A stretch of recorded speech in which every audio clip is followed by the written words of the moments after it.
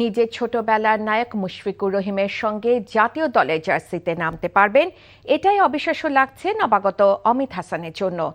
পাকিস্তানের বিপক্ষে 2 টেস্টের সিরিজে তার একাদশে থাকার সম্ভাবনা কম হলেও দারুণ রোমাঞ্চিত এই উইকেট রক্ষক ব্যাটার।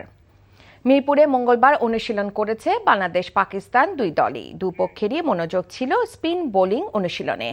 লম্বা সময় ব্যাটিং করতে দেখা গেছে পাকিস্তানের তারকা ব্যাটার বাবর আজমকে। এছাড়াও স্বাগতিকদের স্পিন বোলিং কোচ মুশতাক আহমেদের সঙ্গে ইনডোরে দীর্ঘ সময় প্রস্তুতিতে ব্যস্ত ছিলেন স্পিন ত্রয়ী তাইজুল মিরাজ ও নাইম আহমেদ। এদিন প্রস্তুতি নিতে দেখা গেছে লিটন মুশফিক এবং শান্তকেও। পাকিস্তানের বিপক্ষে সিরিজে অভিষেকের অপেক্ষায় আছেন দুই ব্যাটার তানজিদ তামিম ও অমিত হাসান। প্রথমবার জাতীয় দলের সুযোগ পেয়ে রোমাঞ্চিত অমিত। অন্যান্য সময় ড্রেসিং রুম শেয়ার করেছি, কিন্তু ন্যাশনাল টিমের ড্রেসিং রুমটা একটু ডিফারেন্ট, যেটা একটু অন্যরকম ভালো লাগে। ইন্ডিভিজুয়াল আমার কোনো লক্ষ্য নাই, চেষ্টা থাকবে দলের প্রয়োজনে যতটুকু কন্ট্রিবিউশন করা যায়।